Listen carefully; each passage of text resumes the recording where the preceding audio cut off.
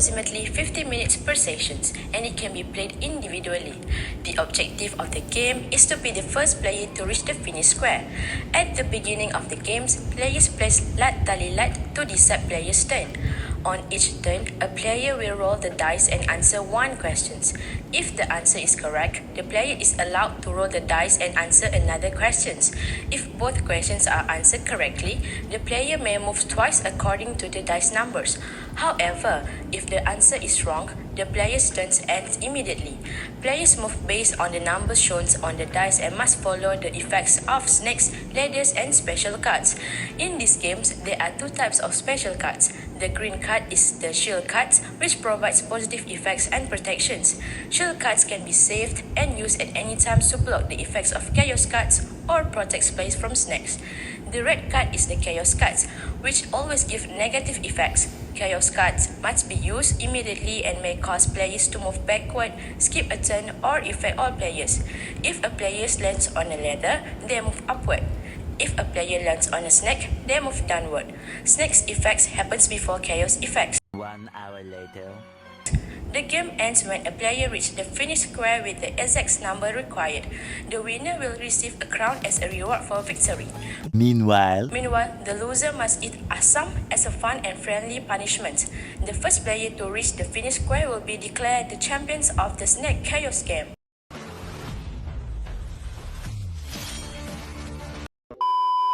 One major challenges in learning monetary theory is the concepts are very abstract. Topics such as interest rate, inflation, and monetary tightening are often explained through graphs and theories, which may be confusing for students. As a result, many students memorize definitions without understanding how monetary policy affect the real economy. The Snake Chaos game addresses this issue by turning complex concepts into an interactive learning experience. Players roll the dice and answer monetary policy questions with explanation provided when needed. Overall, the game effectively proved understanding and engagement while supporting traditional lectures. Next, I will talk about the newness and innovativeness of Snake Chaos. Snake Chaos is a board game inspired by the classic Snakes and Ladders, where players roll a dice and move their tokens across the board. While the original concept is simple and familiar, our team enhanced the gameplay by adding strategic elements similar to those found in Monopoly. This transformation allows the game to go beyond luck-based movement and introduces more player interaction and decision-making. One of the key innovations in Snake Chaos is the introduction of power card. To be specific, chaos cards and shield cards. These cards allow players to either disrupt other players' progress or protect themselves from negative effects.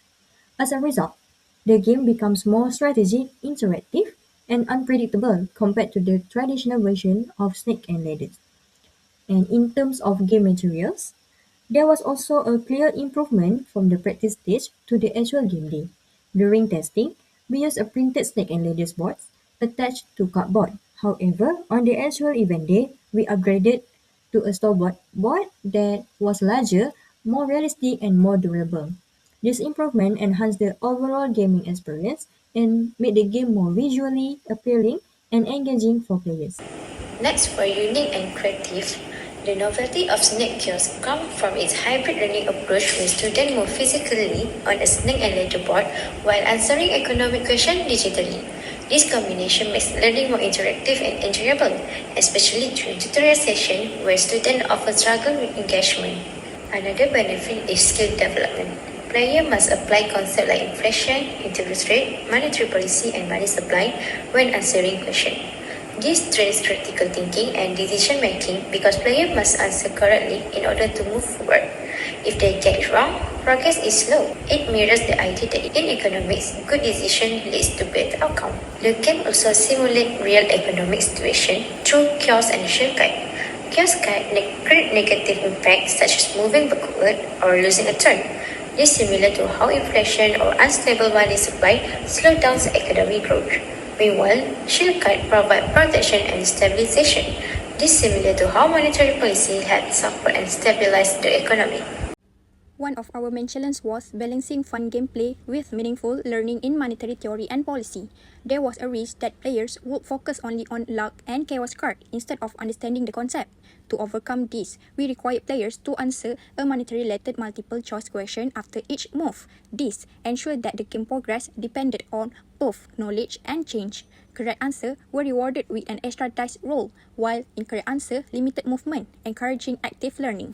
Another challenge was that the game initially had too many negative effects from Chaos card, which reduced enjoyment. To balance this, we introduced Shield card that provided protection and strategic advantage. This helped maintain excitement without overwhelming players. Overall, this solution created a fair, engaging, and educational game that fits within a 15 gameplay session. The next challenge we faced was explaining the game rules during the event. The venue was crowded and noisy, and only 2 team members were available to manage the game. To solve this, we prepared a short rule summary with visual and gave quick demonstrations before the game started. This helped players understand the rules faster and feel more confident while playing. Another challenge our team faced during the game's development was creating questions that were fair and appropriate for all players. Since the game relies on a question and answer system, the quality of the questions directly affected both gameplay and learning. In the early stages, some questions were too difficult, unclear, or required a prior knowledge that not all players had. This caused confusions, slowed the game, and led to players' frustrations. There was also an imbalance in difficulty where some players progressed faster simply because they received easier questions. To fix this, we simplified the wording of the questions and made sure each one focused on a single idea. We also organized the questions by difficulty to keep things fair. After several playtesting sessions and feedback from players, we adjusted the questions until they felt clear, balanced, and enjoyable. This really improved the overall game experience. Next, business potentials. Firstly, opportunities for college, universities, and e-learning platform. From a commercial perspective, Snapchat can be sold as a low-cost education board game for college, universities, and training stations that offering economics, finance, or business courses. It can also be developed into a digital versions for e-learning platform and adapted into different economic topics such as inflation, interest rates, and structural banking. Next, educational tools for financial literacy and public policy awareness. For non-profit and governmental use, Snapchat can be applied in financial literacy programs and by institutions, such as Bank Negara Malaysia, to help the public understand complex monetary policy concepts in a simple and engaging way. Lastly, versatile learning and revision tools is ideal as a classroom activity, exam revision tools, or icebreaker for policy discussions. Support both education and engagement while offering scalable commercialization opportunity. In conclusion, Snapchat has strong potential for both educational use and commercializations. From this project, one reflection is that economic decision influence outcome. In the game, correct answer allow players to roll again and move forward, while wrong answers stop their turn. This mirror real economic situation where decisions based on accurate information lead to progress and poor decisions slow down performance.